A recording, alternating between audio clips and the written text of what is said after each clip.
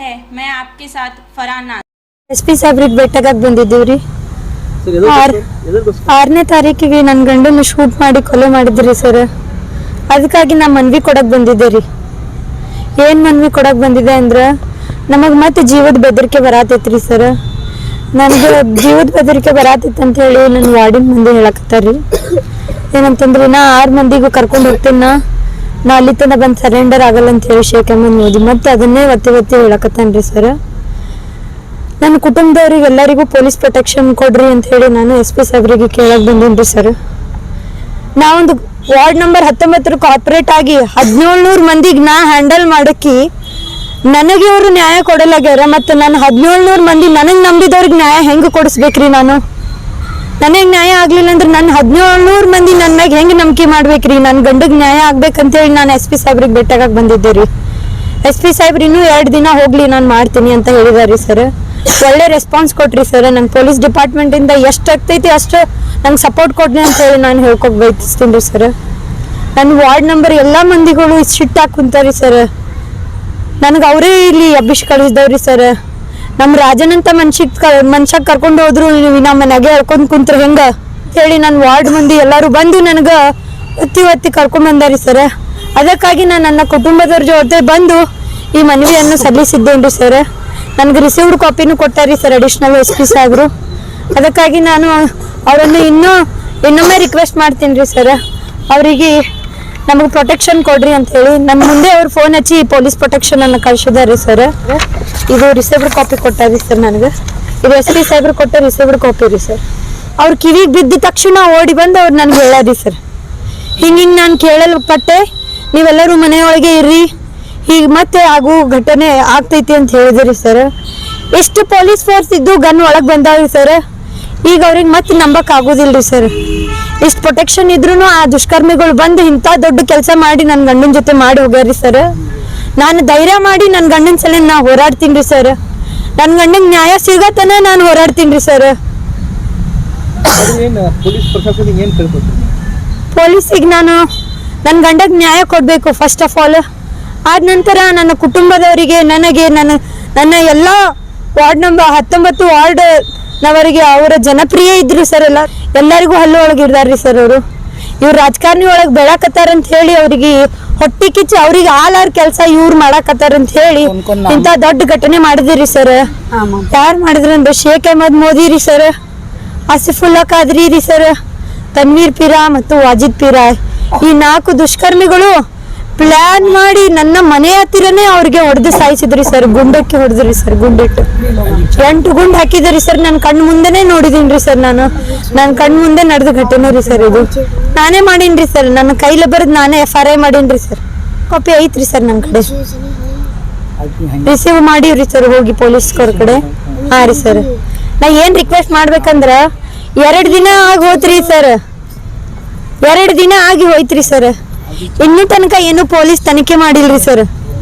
ಒಬ್ರಿಗೂ ಹಿಡ್ದಿಲ್ರಿ sir.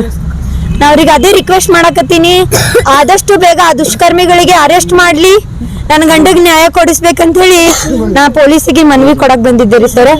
SP ಸಾಹೇಬ್ರು ಇಬ್ರಿಗೂ ಮಾಡ್ತೀನಿ ಅಂತ ಹೇಳ್ಯಾರಿ ಸರ್. ಅವರು ಇನ್ನ 2 ದಿನದ್ರಾಗ ಮಾಡಿ ಹೇಳ್ತೀನಿ ಅಂತಂದಾರಿ. ಆ 4 ದುಷ್ಕರ್ಮಿಗಳ ಜೊತೆ ಇನ್ನೂ 5-6 ಜನ ಬಂದಿದ್ರಿ ಸರ್. ನನಗೆ ಅವ್ರದ್ದು ಮುಖ ಪರಿಚಯ ಆಗ್ತೈತ್ರಿ ಸರ್. ಅವ್ರು ಮುಂದೆ ಬಂದ್ರೆ ನಾ ಯಾರಿದಾರ ಅಂತ ಹೇಳ್ತೀನಿ ಸರ್. ನಾ ಪೊಲೀಸಿಗೂ ರಿಕ್ವೆಸ್ಟ್ ಮಾಡ್ತೀನಿ ರೀ ಸರ್. ಅವರು ಎಷ್ಟು ಜಲ್ದಿ ಆಗ್ತೈತೆ ಅಷ್ಟು ಜಲ್ದಿ ಆ 4-5 ಮಂದಿಗೆ ಹಿಡಿದು ಮೊದ್ಲು ಈ 4-5 ಮಂದಿಗೆ ಹಿಡಿಬೇಕ್ರಿ ಸರ್. ಇದೇ ರಿಕ್ವೆಸ್ಟ್ ಮಾಡ್ತೀನಿ ರೀ ಸರ್. ನೀವೆಲ್ಲ ಮೀಡಿಯಾದವ್ರು ನನ್ನ ಸಾಥ್ ಕೊಡ್ರಿ ಸರ್.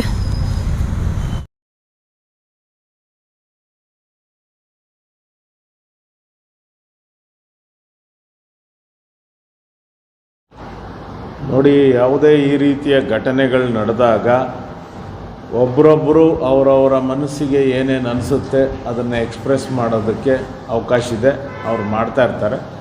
ಆದರೆ ತನಿಖೆ ಅಂತ ಒಂದಿದೆ, ನಾವು ತನಿಖೆ ಮಾಡ್ತಾ ಇದ್ದೇವೆ. ನಮಗೆ ಮೇಲ್ನೋಟಕ್ಕೆ ಈಗ ಪ್ರಿಲಿಮಿನರಿ ಇನ್ವೆಸ್ಟಿಗೇಷನ್ ಪ್ರಕಾರ ಅದು ಯಾವುದೇ ರಾಜಕೀಯ ಪ್ರೇರಿತವಾದಂತಹ ಘಟನೆ ಅಲ್ಲ ಅನ್ನುವಂಥದ್ದು ಪ್ರಿಲಿಮಿನರಿ ಎನ್ಕ್ವೈರಿನಲ್ಲಿ ಕಂಡು ಬಂದಿದೆ. ಅದನ್ನು ನಾನು ಮಾಧ್ಯಮದ ಮುಂದೆ ತಿಳಿಸಿದ್ದೀನಿ. ಆದರೆ ಸಂಪೂರ್ಣವಾದ ತನಿಖೆ ಮುಗಿದ ನಂತರ ಅದರಲ್ಲಿ ಯಾರ್ಯಾರು ಇನ್ವಾಲ್ವ್ಮೆಂಟ್ ಇದೆ, ಹೇಗಾಗಿದೆ ಅನ್ನೋದನ್ನು ಖಂಡಿತವಾಗಿಯೂ ತಿಳಿಸ್ತೀವಿ.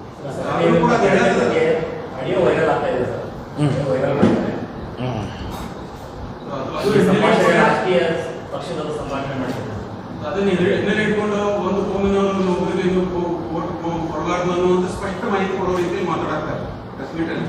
ಇದು ಎಷ್ಟು ಸರಿ ಅಂತ ಅಲ್ಲ, ಈಗ ಈ ರೀತಿಯ ಚುನಾವಣಾ ವೇಳೆಯಲ್ಲಿ ನಾವು ಅದನ್ನು ಸರಿ ತಪ್ಪುಗಳ ತರ್ಕ ಮಾಡೋದಕ್ಕಿಂತ ಹೆಚ್ಚಾಗಿ ನಾವು ಮತದಾನ ಪ್ರಕ್ರಿಯೆಯನ್ನು ಯಾವುದೇ ಶಾಂತಿ ಸುವ್ಯವಸ್ಥೆಗೆ ಅಡೆತಡೆ ಆಗದೇ ಇದ್ದಂತೆ ಮತ್ತು ಯಾವುದೇ ಅಕ್ರಮಗಳು ನಡೆದಂತೆ ಮತ್ತು ಎಲ್ಲ ಸಾರ್ವಜನಿಕರು ಯಾವುದೇ ಭಯದ ವಾತಾವರಣ ಇಲ್ಲದಂತೆ ನಾವು ಚುನಾವಣೆಯನ್ನು ನಡೆಸುವಂಥದ್ದು ನಮ್ಮ ಆದ್ಯತೆ ಆಗಿರ್ತದೆ.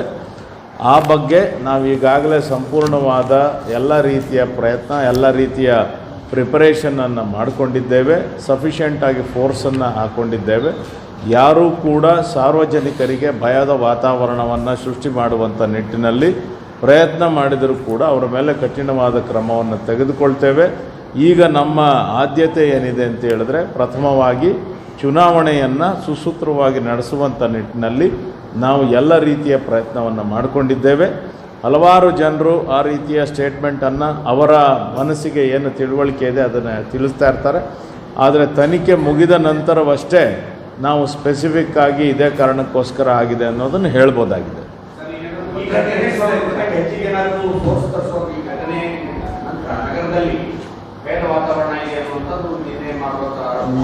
ನಗರದಲ್ಲಿ ಯಾವುದೇ ಭಯದ ವಾತಾವರಣ ಸದ್ಯಕ್ಕೆ ಇಲ್ಲ. ಅದರ ಬಗ್ಗೆ ಜನ ಭಯಪಡುವಂಥ ಅವಕಾಶಗಳಿಲ್ಲ. ಸಾಕಷ್ಟು ನಾವು ಈಗಾಗಲೇ ಫೋರ್ಸನ್ನು ಮೊಬಿಲೈಸ್ ಮಾಡಿದ್ದೇವೆ. ಸಫಿಷಿಯೆಂಟಾಗಿ ನಾವು ಸೆಂಟ್ರಲ್ ಪ್ಯಾರಾಮಿಲಿಟರಿ ಫೋರ್ಸಸ್ಸು ಕೂಡ ಇದೆ ಮತ್ತು ನಮ್ಮ ಸ್ಟೇಟ್ ಪೊಲೀಸಿಂದನೂ ಕೂಡ ಸಾಕಷ್ಟು ನಮ್ಮ ಜಿಲ್ಲೆಯ ಪೊಲೀಸರೊಟ್ಟಿಗೆ ಹೊರಗಿನಿಂದ ನಾವು ಕರೆದುಕೊಂಡು ಬಂದಿರುವಂತಹ ಪೊಲೀಸ್ನವರು ಕೂಡ ಇದ್ದಾರೆ ಮತ್ತು ನಮ್ಮ KSRP ಪ್ಲಟೂನ್ಸು ಕೂಡ ಇದ್ದಾವೆ. ನಾವು ಸರ್ವಸನ್ನದ್ಧರಾಗಿದ್ದೇವೆ. ಯಾವುದೇ ರೀತಿಯ ಅಹಿತಕರ ಘಟನೆಗಳು ನಡೆಯದಂತೆ ಚುನಾವಣಾ ಪ್ರಕ್ರಿಯೆಯನ್ನು ನಡೆಸುವಂಥ ನಿಟ್ಟಿನಲ್ಲಿ ನಾವು ಸನ್ನದ್ಧರಾಗಿದ್ದೇವೆ. ಯಾರೂ ಕೂಡ ಆ ರೀತಿ ಡಿಸ್ಟರ್ಬೆನ್ಸನ್ನು ಮಾಡೋದಕ್ಕೆ ಪ್ರಯತ್ನ ಪಟ್ಟರೆ ಅವರ ಮೇಲೆ ಕಠಿಣ ಕ್ರಮ ತೆಗೆದುಕೊಳ್ಳೋದಕ್ಕೆ ವಿಜಯಪುರ ಜಿಲ್ಲಾ ಪೊಲೀಸ್ ಸಮರ್ಥವಾಗಿದೆ. ನಾವು ಮಾಡ್ತೇವೆ.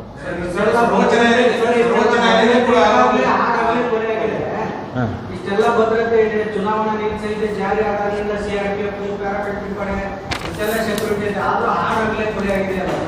ಆದ್ರೂ ಭಯ ಪಡೋದು ಅಗತ್ಯ ಇಲ್ಲ ಅಂತಂದ್ರೆ ಜನ ಆಲ್ಮೋಸ್ಟ್ ಇಡೀ ಆ ವಾರ್ಡ್ ಅಲ್ಲ ಸರ್, ಇಡೀ ನಗರದಲ್ಲಿ ಆತಂಕ ಸೃಷ್ಟಿ. ಈಗಲೇ ಹಿಂಗಾದ್ರೆ ಇನ್ನೂ 2 ದಿನ ಮತದಾನ ಬಾಕಿ ಇದೆ, ಇನ್ನೂ ಏನೇನಾಗುತ್ತೋ ಅನ್ನೋದು ಸಹಜವಾಗಿ ಒಂದು ಆತಂಕ ಮನೆ ಮಾಡಿದೆ. ಮತ್ತೆ ನಿನ್ನೆ ಪ್ರೆಸ್ ಮೀಟ್ ನಲ್ಲಿ ಕೆಲವೊಂದು ಆಡಿಯೋಗಳೆಲ್ಲ ರಿಲೀಸ್ ಆಗಿದೆ ಸರ್.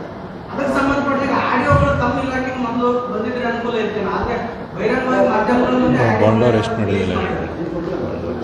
ನೋಡಿ, ನಮ್ಮ ಜಿಲ್ಲೆ ಒಳಗೆ ಒಟ್ಟಾರೆ 1239 ಜನ ರೌಡಿ ಶೀಟರ್ಸ್ ಇದ್ದಾರೆ. ಆ ಎಲ್ಲ ರೌಡಿ ಶೀಟರ್ಸ್ ಮೇಲೆ ನಾವು ಈಗಾಗಲೇ ಸೆಕ್ಯೂರಿಟಿ ಕೇಸಸನ್ನು ಹಾಕಿದ್ದೇವೆ. ಅವರೆಲ್ಲರೂ ಕೂಡ ಬಾಂಡ್ ಕೊಟ್ಟು ನಾವು ಗುಡ್ ಬಿಹೇವಿಯರನ್ನು ಮೇಂಟೈನ್ ಮಾಡ್ತೀವಿ ಅಂತೇಳಿ ಅವರು ಈಗಾಗಲೇ ನಮ್ಮ ಎಕ್ಸಿಕ್ಯೂಟಿವ್ ಮ್ಯಾಜಿಸ್ಟ್ರೇಟ್ಸ್ ಮುಂದೆ ಬೌಂಡ್ ಓವರ್ ಕೂಡ ಮಾಡಿದ್ದೀವಿ. ಅದಲ್ಲದೆ ಒಟ್ಟಾರೆ 1679 ಜನರ ಮೇಲೆ ನಾವು ಈಗಾಗಲೇ ಸೆಕ್ಯೂರಿಟಿ ಕೇಸಸನ್ನು ಹಾಕಿದ್ದೇವೆ. ಎಲ್ಲ ಪ್ರಕ್ರಿಯೆ ಜಾರಿಯಲ್ಲಿದೆ. ಇದು ಆ ಪ್ರಕರಣದ ಬಗ್ಗೆ ಹಿನ್ನೆಲೆಯನ್ನು ನೋಡಿದಾಗಿ ಅದು ಈ ಹಿಂದೆ ನಡೆದಿದ್ದಂತಹ ಏನು ನಮ್ಮ ಸಿಟಿ ಕಾರ್ಪೊರೇಷನ್ ಎಲೆಕ್ಷನ್ ವಿಚಾರವಾಗಿ ಅವರು ಅಪೋಸಿಟ್ ಕ್ಯಾಂಡಿಡೇಟ್ಸ್ ಆಗಿದ್ದರು ಮತ್ತು ಮೃತ ವ್ಯಕ್ತಿಯ ವೈಫ್ ಹೆಂಡತಿ ಏನಿದ್ರು ಅವರು ಈಗ ಇಂಡಿಪೆಂಡೆಂಟ್ ಕಾರ್ಪೊರೇಟರ್ ಆಗಿದ್ದರು ಮತ್ತು ಈ ಕೊಲೆಯನ್ನು ನಡೆಸಿದಂತಹ ವ್ಯಕ್ತಿ ಅವರ ವಿರುದ್ಧವಾಗಿ ಕಾಂಗ್ರೆಸ್ ಕ್ಯಾಂಡಿಡೇಟ್ ಆಗಿ ಕಂಟೆಸ್ಟ್ ಮಾಡಿದರು. ಅವರ ಸೋಲಿಗೆ ಇವರೇ ಕಾರಣ ಅನ್ನುವಂಥದ್ದು ಈಗ ಪ್ರಥಮವಾಗಿ ಪ್ರಿಲಿಮಿನರಿ ಆಗಿ ನಮಗೆ ತಿಳುವಳಿಕೆ ಬಂದಿದೆ. ಆದಾಗ್ಯೂ ಸಹ ನಾವು ಸಂಪೂರ್ಣ ತನಿಖೆಯನ್ನು ನಡೆಸ್ತೇವೆ. ಆ ತನಿಖೆಯಲ್ಲಿ ಏನು ಬರ್ತದೆ ಅದರ ಪ್ರಕಾರ ನಾವು ಖಂಡಿತವಾಗಿಯೂ ನಾವು ಕ್ರಮವನ್ನು ತೆಗೆದುಕೊಳ್ತೇವೆ. ಹೌದು ಹೌದು ನೋಡಿದ್ದೀವಿ, ನಾವು ಆಡಿಯೋ ವೈರಲ್ ಆಗಿರುವಂಥದ್ದು ನೋಡಿದ್ದೇವೆ. ಆ ದಿಕ್ಕಿನಲ್ಲೂ ಕೂಡ ನಮ್ಮ ಇನ್ವೆಸ್ಟಿಗೇಷನ್ ಚಾಲ್ತಿಯಲ್ಲಿ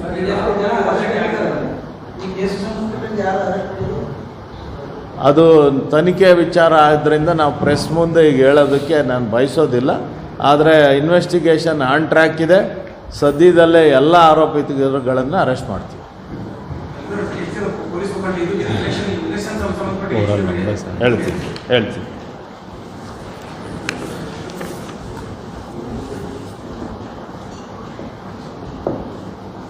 ತಮಗೆಲ್ಲರಿಗೂ ತಿಳಿದಂತೆ ಮಾನ್ಯ ಜಿಲ್ಲಾಧಿಕಾರಿಗಳು ಈಗಾಗಲೇ ನಮ್ಮ ಜಿಲ್ಲೆಯಲ್ಲಿ ಕೈಗೊಂಡಿರುವಂತಹ ಚುನಾವಣಾ ಪ್ರಿಪೇರ್ಡ್ನೆಸ್ ಬಗ್ಗೆ ತಮಗೆಲ್ಲರಿಗೂ ವಿವರಗಳನ್ನು ನೀಡಿದ್ದಾರೆ. ಅದರ ಮುಂದುವರೆದ ಭಾಗವಾಗಿ ಪೊಲೀಸ್ ಇಲಾಖೆ ಕಡೆಯಿಂದ ನಾವು ಏನೇನು ಪ್ರಿಪೇರ್ನೆಸ್ ನಾವು ಮಾಡಿದ್ದೇವೆ ಅನ್ನೋದ್ರ ಬಗ್ಗೆ ತಮಗೆ ವಿವರಗಳನ್ನು ಕೊಡ್ತೇವೆ. ಈಗ ಒಟ್ಟಾರೆ ನಮ್ಮ ಜಿಲ್ಲೆಯಲ್ಲಿ ಇರುವಂತಹ ಪೋಲಿಂಗ್ ಸ್ಟೇಷನ್ಗಳಲ್ಲಿ ನಾವು normal booth, critical booth, vulnerable booths ಮತ್ತು ಕ್ಲಸ್ಟರ್ ಬೂತ್ಸ್ ಅನ್ನುವಂತಹ ಒಂದು ಡಿವಿಷನ್ಗಳನ್ನು ನಾವು ಮಾಡಿಕೊಂಡಿದ್ದೇವೆ. ಅದರ ಆದ್ಯತೆಗೆ ತಕ್ಕಂತೆ ಮತ್ತು ಚುನಾವಣಾ ಆಯೋಗದ ಗೈಡ್ಲೈನ್ಸ್ ಪ್ರಕಾರ ನಾವು ನಾರ್ಮಲ್ ಬೂತ್ಸ್ಗೆ ಒಬ್ಬ ಪೊಲೀಸರನ್ನು ನಿಯೋಜನೆ ಮಾಡ್ತೇವೆ. ಕ್ರಿಟಿಕಲ್ ಬೂತ್ಸ್ಗೆ ನಾವು ಒಬ್ಬ ಪೊಲೀಸ್ ಮತ್ತು ಒಬ್ಬ ಹೋಮ್ ಗಾರ್ಡನ್ನು ನಾವು ನಿಯೋಜನೆ ಮಾಡ್ತೇವೆ. ಮತ್ತು ಈ ವಲ್ನರಬಲ್ ಬೂತ್ಸ್ ಏನಿದ್ದಾವೆ ಆ ವಲ್ನರಬಲ್ ಬೂತ್ಸ್ಗೆ half section of central paramilitary forces ಅಂತ ಹೇಳಿದ್ರೆ 1+4 ಅಷ್ಟು ಜನರನ್ನು ಹಾಕ್ತೇವೆ. ಅದಲ್ಲದೆ ಈ ಕ್ಲಸ್ಟರ್ ಬೂತ್ಸ್ ಅಂದರೆ ಒಂದಕ್ಕಿಂತ ಹೆಚ್ಚು ಬೂತು ಒಂದೇ ಜಾಗದಲ್ಲಿರುವಂತಹ ಸ್ಥಳದಲ್ಲಿ ಅಲ್ಲಿನೂ ಕೂಡ ನಾವು ಸೆಂಟ್ರಲ್ ಪ್ಯಾರಾಮಿಲಿಟರಿ ಫೋರ್ಸ್ನ ಹಾಫ್ ಸೆಕ್ಷನ್ ಜನರನ್ನು ಹಾಕ್ತಾಯಿದ್ದೇವೆ.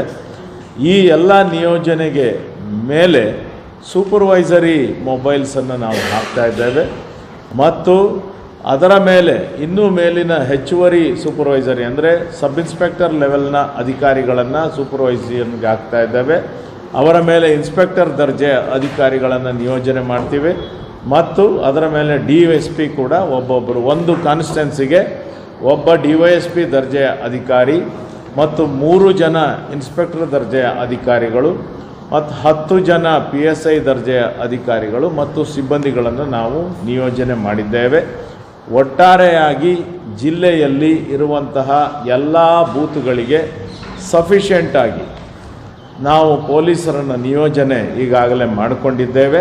ಅದರ ಜೊತೆಗೆ ನಮ್ಮ ಚೆಕ್ ಪೋಸ್ಟ್ಗಳು ಏನಿದ್ದಾವೆ ಅದು ಚುನಾವಣಾ ಪ್ರಕ್ರಿಯೆ ಮುಗಿಯುವವರೆಗೆ ಆ ಚೆಕ್ ಪೋಸ್ಟ್ಗಳಲ್ಲಿ ನಾವು ಸೆಂಟ್ರಲ್ ಪ್ಯಾರಾಮಿಲಿಟರಿ ಫೋರ್ಸ್ ಮತ್ತು ಪೊಲೀಸ್ ಇಬ್ಬರನ್ನು ಕೂಡ ನಾವು ನಿಯೋಜನೆ ಮಾಡ್ತಾ ಇದ್ದೇವೆ.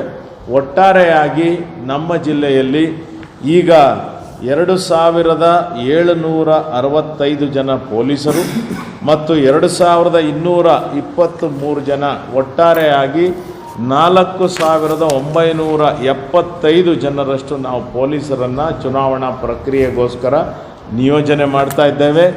24 ಕಂಪನಿ ಸೆಂಟ್ರಲ್ ಪ್ಯಾರಾಮಿಲಿಟರಿ ಫೋರ್ಸಸ್ಸು ನಮ್ಮ ಜಿಲ್ಲೆಗೆ ಬಂದಿದೆ ಮತ್ತು 8 ಪ್ಲಟೂನ್ಸು ನಮ್ಮ ಕರ್ನಾಟಕ ಸ್ಟೇಟ್ ರಿಸರ್ವ್ ಪೊಲೀಸ್ ಮತ್ತು 1 ಪ್ಲಟೂನ್ ನಮ್ಮ ಇಂಡಿಯಾ ರಿಸರ್ವ್ ಬೆಟಾಲಿಯನ್ನಿಂದ ಬಂದಿದೆ. ಸಫಿಷಿಯೆಂಟಾಗಿ ನಾವು ಪೊಲೀಸರನ್ನು ಮೊಬಿಲೈಸ್ ಮಾಡಿಕೊಂಡಿದ್ದೇವೆ. ಯಾವುದೇ ರೀತಿಯ ಅಹಿತಕರ ಘಟನೆಗಳು ನಡೆಯದಂತೆ ಮತ್ತು ಚುನಾವಣಾ ಪ್ರಕ್ರಿಯೆ ಯಾವುದೇ ಆಸೆ ಆಮಿಷಗಳಿಗೆ ಒಳಗಾಗದಂತೆ ನಿಷ್ಪಕ್ಷಪಾತವಾಗಿ ನಡೆಸುವಂತಹ ನಿಟ್ಟಿನಲ್ಲಿ ನಾವು ಸರ್ವಸನ್ನದ್ಧವಾಗಿದ್ದೇವೆ ಅಂತ ಹೇಳೋದಕ್ಕೆ ಬಯಸ್ತೇನೆ. ಆ ಟೋಟಲ್ ರೌಡಿ ಶೀಟರ್ಸು 1239 ಜನ ರೌಡಿ ಶೀಟರ್ಸ್ ಇದ್ದಾರೆ. ಅದರ ಜೊತೆಗೆ ಕೆಲವು ಸಸ್ಪೀಷಿಯಸ್ ಪರ್ಸನ್ಸು ಎಲ್ಲರೂ ಸೇರಿ 1675 ಜನರ ಮೇಲೆ ನಾವು ಈಗಾಗಲೇ ಸೆಕ್ಯೂರಿಟಿ ಕೇಸಸ್ಸನ್ನು ನಾವು ಬುಕ್ ಮಾಡಿದ್ದೇವೆ. ಆ 1675 ಜನರನ್ನು ಕೂಡ ನಾವು ಚುನಾವಣೆಯ ವೇಳೆಯಲ್ಲಿ ಯಾವುದೇ ಅಹಿತಕರ ಘಟನೆಗಳನ್ನು ಮಾಡೋದಿಲ್ಲ ಅಂಥೇಳಿ ಬಾಂಡನ್ನು ಕೊಟ್ಟು ಎಕ್ಸಿಕ್ಯೂಟಿವ್ ಮ್ಯಾಜಿಸ್ಟ್ರೇಟ್ಸ್ ಮುಂದೆ ಹೋಗಿದ್ದಾರೆ.